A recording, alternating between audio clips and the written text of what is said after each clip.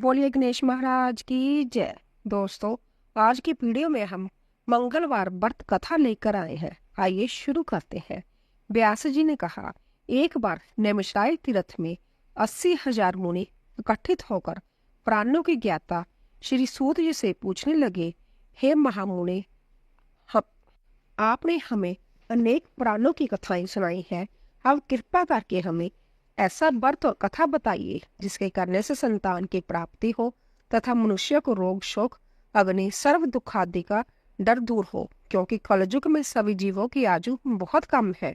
फिर इस पर उन्हें रोग चिंता के कष्ट लगे रहेंगे, तो फिर वह श्री हरि के चरणों में अपना ध्यान कैसे लगा सकेंगे। श्री सूत जी बोले, हे मुनियों, आपने लोक कल्याण के लिए बहुत ही उत्तम बात पूछी है। एक बार युधिष्ठिर ने भगवान श्री कृष्ण से लोक कल्याण के लिए यही प्रश्न किया था। भगवान श्री कृष्ण और युधिष्ठिर का संवाद तुम्हारे सामने कहता हूँ, ध्यान देकर सुनो।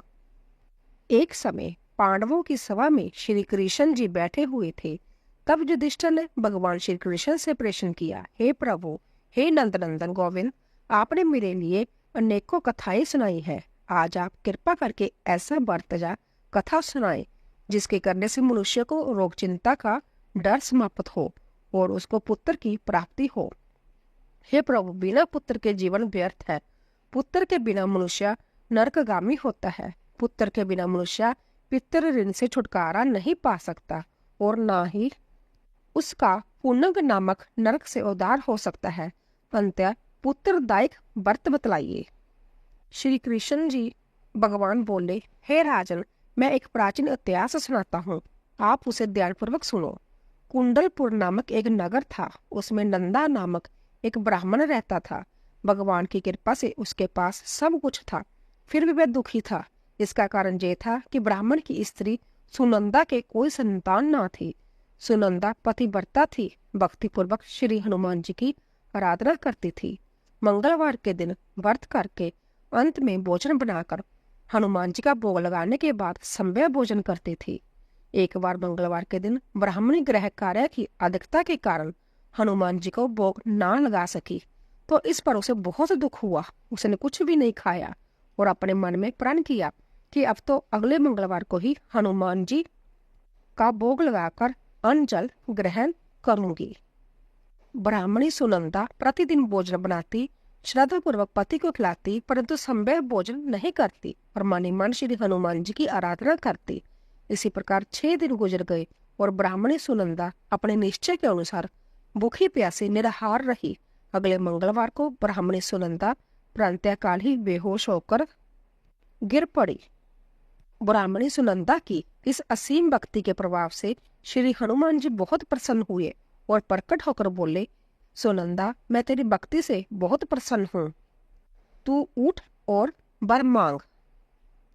सुनंदा अपने आराध्य देव श्री हनुमान जी को देखकर आनंद की अधिकता से विवल हो श्री हनुमान जी के चरणों में गिरकर बोली, हे प्रभु, मेरी कोई संतान नहीं है, कृपा करके मुझे संतान प्राप्ति का आशीर्वाद दो, आपकी अति कृपा होगी।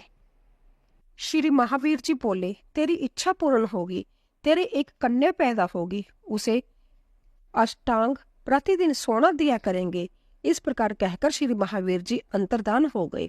ब्राह्मणी सुनंदा बहुत हर्षित हुई और सभी समाचार अपने पति से कहा। ब्राह्मण देव कन्या का वरदान सुनकर कुछ दुखी हुए, परंतु सोना मिलने की बात सुनी तो बहुत प्रसन्न हुए। विचार किया कि ऐसी कन्या के साथ मेरी निर्धनता अर्थात गरीबी भी समाप्त हो जाएगी। श्री हनुमान जी की कृपा से वह ब्राह्मणी गर्भवती हुई और 10वें महीने में उसे बहुत ही सुंदर पुत्री प्राप्त हुई।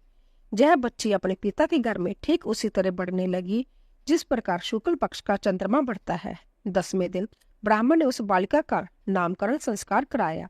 उसके कुल पुरोहित ने उस बालिका का नाम रत्नावली रखा, क्योंकि यह कन्या सोना प्रदान किया करती थी।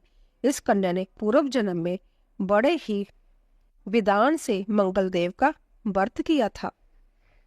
रत्नावली का अष्टांग बहुत सा सोना देता था। उस सोने से नंदा ब्राह्मण बहुत ही धनवान हो गया। अब ब्राह्मणी भी बहुत अभिमान करने लगी थी। समय बीतता रहा। अब रत्नावली 10 वर्ष की हो चुकी थी। एक दिन जब नंदा ब्राह्मण प्रसन्नचित्त था, तब सुनंदा ने अपने पति से कहा, मेरी पुत्री रत्नावली विवाह की योग्य हो गई है। अंत आप कोई सुंदर तथा योग्य वर देखकर इसका विवाह कर दे। यह सुन ब्राह्मण बोला, अभी तो रत्नावली बहुत छोटी है। तब ब्राह्मणी बोली, शास्त्रों की आज्ञा है कि कन्या 8वें वर्ष में गौरी, 9 वर्ष में राहुणी, 10वें वर्ष में कन्या, इसके पश्चात राजसवला हो जाती है।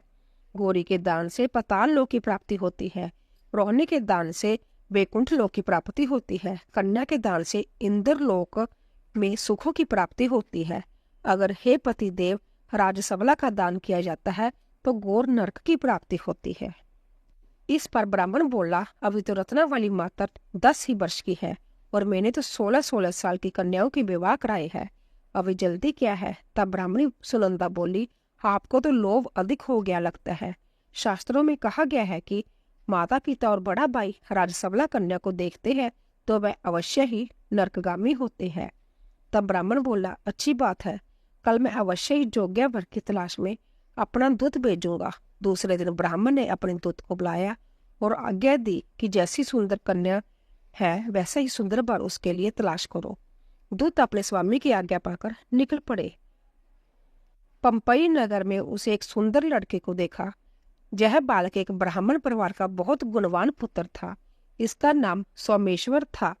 दूत ने इस सुंदर व गुणवान ब्राह्मण पुत्र के बारे में अपने स्वामी को पूर्ण विवरण दिया। ब्राह्मण नंदा को भी सोमेश्वर अच्छा लगा और फिर शुभ मुहूर्त में विधि पूर्वक कन्यादान करके ब्राह्मण ब्राह्मणी संतुष्ट हुए।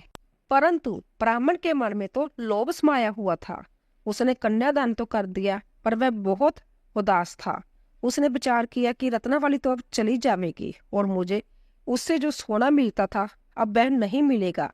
मेरे पास जो धन था कुछ तो उसके विवाह में खर्च हो गया और जो शेष बचा है वह भी अब कुछ दिनों के पश्चात समाप्त हो जाएगा।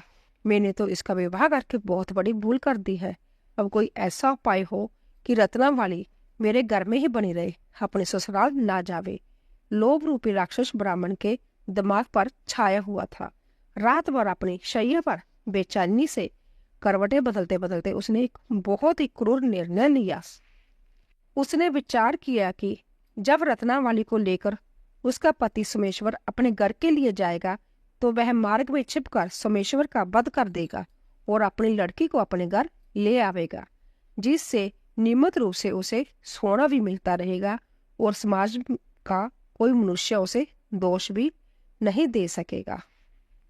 प्रांतीय काल हुआ तो नंदा और सुनंदा ने अपने जमाई तथा लड़की को बहुत सारा धन देकर विदा किया। सोमेश्वर अपनी पत्नी रत्नावली को लेकर ससुराल से अपने घर की तरफ चल दिया। ब्राह्मण नंदा महालोभ के वशीभूत हो अपनी मति खो चुका था। पाप पुण्य को उसे विचार न रहा था। अपने भयानक व क्रूर निर्णय को कार्य रूप देने के लिए उसने अपने दूत को मार्ग में अपने जमाई का वध करने के लिए भेज दिया था, ताकि रत्नावली से प्राप्त होने वाला सोना उसे हमेशा मिलता रहे और वो कभी निर्धन ना हो। ब्राह्मण के दूत ने अपने स्वामी की आज्ञा का पालन करते हुए उसके जमाई सोमेश्वर का मार्ग में ही वध कर दिया। समाचार प्राप्त कर ब्राह्मण नंदा मार्ग में पहुंचा और रुदन करते हुए अपनी पुत्री रत्नावली से बोला, हे पुत्री, मार्ग में लुटेरों ने तेरे पति का वध कर दिया है। भगवान की इच्छा के आगे किसी का कोई वश नहीं चलता। अब तू घर चल, वहां पर ही रहकर शेष जीवन व्यतीत करना। जो भाग्य में लिखा है वही होगा। अपने पति की अकाल मृत्यु से रत्नावली बहुत दुखी हुई। करुण क्रदन व रुदन करते हुए अपने पिता से बोली, हे पिताजी, इस संसार में जिस स्त्री का पति नहीं है उसका जीना व्यर्थ है। मैं अपने पति के साथ ही अपने शरीर को जला दूंगी और सती होकर अपने इस जन्म को, माता पिता के नाम को तथा सास ससुर के जश को सार्थक करूंगी। ब्राह्मण नंदा अपनी पुत्री रत्नावली के वचनों को सुनकर बहुत दुखी हुआ। विचार करने लगा, मैंने व्यर्थ ही जमाई वध का पाप अपने सिर लिया। रत्नावली तो उसके पीछे अपने प्राण तक देने को तैयार है। मेरा तो दोनों तरफ से मरण हो गया है। धन तो अब मिलेगा नहीं। जमाई वध के पाप फलस्वरूप जम जातना भी भुगतनी पड़ेगी। यह सोचकर वह बहुत दुखी हुआ। सोमेश्वर की चिता बनाई गई रत्नावली सती होने की इच्छा से अपने पति का सिर अपनी गोद में रखकर चिता में बैठ गई। जैसे ही सोमेश्वर की चिता को अग्नि लगाई गई, वैसे ही प्रसन्न हो मंगलदेव वहां प्रकट हुए और बोले, हे रत्नावली, मैं तेरे पति भक्ति से बहुत प्रसन्न हूँ, तू वर मांग। रत्नावली ने अपने पति का जीवन दान मांगा। तब मंगलदेव बोले, रत्नावली, तेरा पति अजर अमर है, जह महाविद्वान भी होगा, और इसके अतिरिक्त तेरी जो इच्छा हो वर मांग। तब रत्नावली बोली, हे ग्रहों के स्वामी, यदि आप मुझ पर प्रसन्न हैं तो मुझे यह वरदान दीजिए कि जो भी मनुष्य मंगलवार के दिन प्रातःकाल लाल पुष्प लाल चंदन से पूजा करके आपका स्मरण करे, उसको रोग व्याधि ना हो, समझनों का कभी वियोग ना हो, सर्प अग्नि तथा शत्रुओं का व्यय ना रहे। जो स्त्री मंगलवार का व्रत करे वह कभी विधवा ना हो। मंगलदेव तथा अस्तु कहकर अंतर्धान हो गए। सोमेश्वर मंगलदेव की कृपा से जीवित हो उठा। रत्नावली अपने पति को पुण्य प्राप्त कर बहुत प्रसन्न हुई और मंगलदेव का व्रत प्रत्येक मंगलवार को करके व्रतराज और मंगलदेव की कृपा से इस लोक में सुख ऐश्वर्य को भोगते हुए अंत में अपने पति के साथ स्वर्ग लोक को गई। बोलिए संकट मोचन हनुमान की जय। तो दोस्तों, अगर आपको हमारी कथा पसंद आई हो, प्लीज जाने से पहले कमेंट बॉक्स में जय श्री राम और हमारी वीडियो को लाइक कीजिए और ज़्यादा से ज़्यादा शेयर कीजिए। आप सभी का धन्यवाद।